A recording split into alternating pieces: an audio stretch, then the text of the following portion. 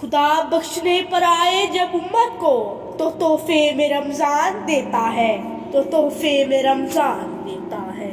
مجھے سامعین، آج میں آپ کو بتاؤں گا کہ رمضان کیسے گزارے۔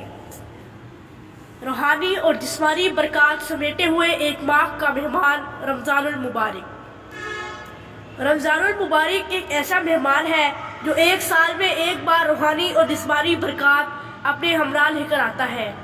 اس کے آنے سے موسم بہار کا ساسماں پیدا ہو جاتا ہے، نورانیت کا انتشار ہو جاتا ہے، خیر امید کی بے پایہ تقسیم ہوتی ہے، روحیں بیدار ہو کر ترقی کی منازل بڑی سرعت کے ساتھ طے کرتی ہے، دل و دماغ میں محبت اور روشنی چمکتی ہے، جذبات سیکل ہوتے ہیں، کشتی تقویٰ کی آبیاری ہوتی ہے، دعاؤں کی اجابت کے آسمانی دروازے واہ ہو جاتے ہیں، کشف و الہام اور رائے صادقہ کا سلسلہ قائم ہو جاتا ہے، روحانی زندگی کی گہما گہمی ہوتی ہے، احساس بیدار ہو جاتے ہیں، غریب بھائیوں کی تنگدستی کا احساس بڑھ جاتا ہے، صدقہ خیرات میں غیر معمولی اضافہ ہو جاتا ہے، اخوت، باہمی ہمدردی اور مومنانہ احسان و خلوص کی لہر سارے معاشرے پر چھا جاتی ہے۔ اللہ تعالیٰ نے روزہ کے 3 مقاصد قرآن کریم میں بیان فرمائے ہیں۔ نمبر 1، لعلکم تتقون، تاکہ تم خدا تعالیٰ سے ڈرتے ہوئے اخلاقی اور اجتماعی کمزوریوں سے بچو۔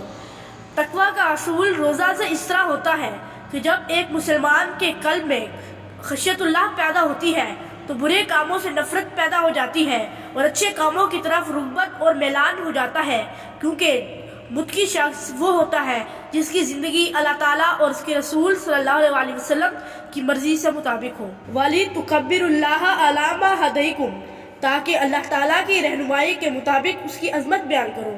اور روزہ سے دوسری غرض اللہ تعالیٰ کی بڑائی کا اعتراف ہے، یعنی اللہ تعالیٰ کے سوا کسی اور کی عبادت کا تصور بھی دل میں نہ آئے اور حقیقی توحید کا زبان اور دل سے اعتراف کرتے ہوئے اپنے آپ کو اللہ تعالیٰ کی بڑائی کے لیے وقف کر دے۔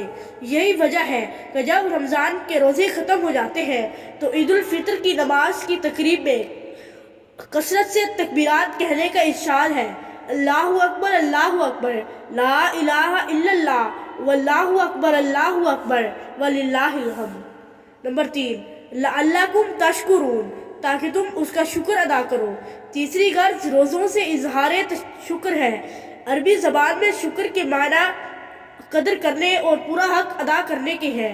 خدا تعالیٰ کا حقیقی شکر یہ ہے کہ انسان کے جملہ اعضاء، دماغ، دل، زبان، آنکھ، کان، ہاتھ، پاؤں وغیرہ اللہ تعالیٰ کے حکم کے مطابق کام کریں اور ان اعضاء سے جائز کام لیا جائے، تب ایک انسان کہہ سکتا ہے کہ میں خدا تعالیٰ کا شکر گزار بندہ ہوں۔